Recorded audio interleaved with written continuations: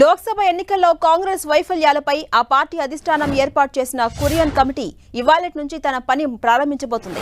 లోక్సభ ఎన్నికల్లో ఓటమికి గల కారణాలపై అధ్యయనం చేయనుంది. ఇందుకోసం ఇవాళటి నుంచి 3 రోజుల పాటు పోటీ చేసిన అభ్యర్థులు కాంగ్రెస్ నేతల నుంచి అభిప్రాయాలు సేకరించనుంది.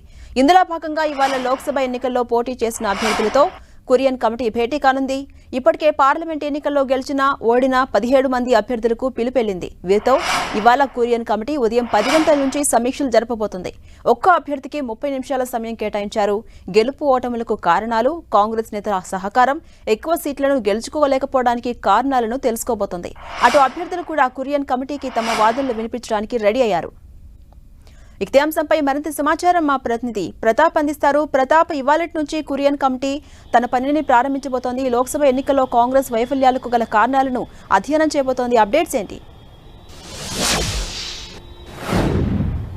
ఖచ్చితంగా కాంగ్రెస్ పార్టీ ఈసారి అంటే జాతీయ స్థాయిలో యూపీఏ ప్రభుత్వం ఏర్పాటు అంటే ఇండియా కూటమి అధికారంలోకి రాకుండా ఉండడానికి కొన్ని రాష్ట్రాల్లో అంచనా వేసిన స్థానాల కంటే తక్కువగా వచ్చాయి. కాబట్టి వాటి ఎందుకు తక్కువగా వచ్చాయని దానిపైన సంబంధించి కూడా కాంగ్రెస్ పార్టీ అధిష్టానం ఏఐసీసీ కూడా కమిటీలు వేయడం జరిగింది. పలు రాష్ట్రాలకు సంబంధించి ముఖ్యంగా తెలంగాణతో పాటు కర్ణాటక, మధ్యప్రదేశ్, రాజస్థాన్ అట్లా కొన్ని రాష్ట్రాలకు ఇక్కడెక్కడైతే స్థానాలు ఎక్కువగా వస్తాయని భావించారో వాటికి సంబంధించి ఎందుకు తక్కువగా వచ్చాయని దానిపైన కూడా కమిటీలు వేయడం జరిగింది. తెలంగాణకు సంబంధించి పీజే కురియన్ ఆధ్వర్యంలో 3 సభ్యుల కమిటీని వేయడం జరిగింది. ఆ 3 సభ్యుల కమిటీ ఈ రోజు నుంచి కూడా పని ప్రారంభించబోతున్నారు. మరి కాసేపట్లో గాంధీ భవన్ కు 10 గంటల వరకు గాంధీ భవన్ కు వచ్చి ఇక్కడ మొత్తం తెలంగాణలో 17 పార్లమెంట్ సంబంధించిన అభ్యర్థులందరూ కూడా పిలిచి మాట్లాడబోతున్నారు. అయితే తెలంగాణలో 17 పార్లమెంట్ స్థానాలకు గాను దాదాపు 12 నుంచి 14 సీట్లు గెలుపొందాలని చెప్పేసి ఒక టార్గెట్ కూడా పెట్టుకుంది. కాంగ్రెస్ అధిష్టానం కూడా ఖచ్చితంగా ఆ సీట్లు గెలుస్తుందని చెప్పేసి ఆశ పెట్టుకున్న పరిస్థితి ఉంది. అయితే దానికి అందుకు తగ్గట్టుగా సీట్లు రాకపోవడంతో కేవలం 8 సీట్లే రావడంతో కాంగ్రెస్ పార్టీ అసంతృప్తి వ్యక్తం చేస్తుంది. దీనికి సంబంధించి ఏం జరిగిందని దానిపైన నిజ నిర్ధారణ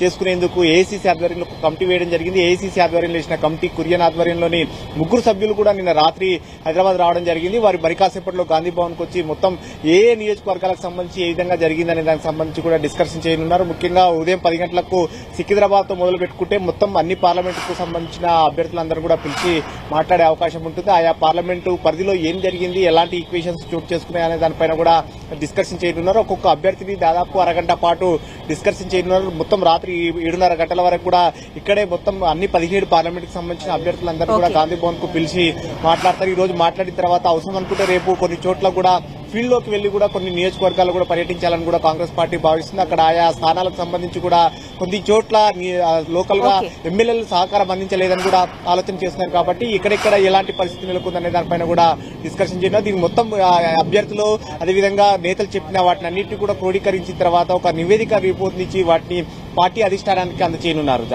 రైట్, థ్యాంక్ యూ ప్రతాప్.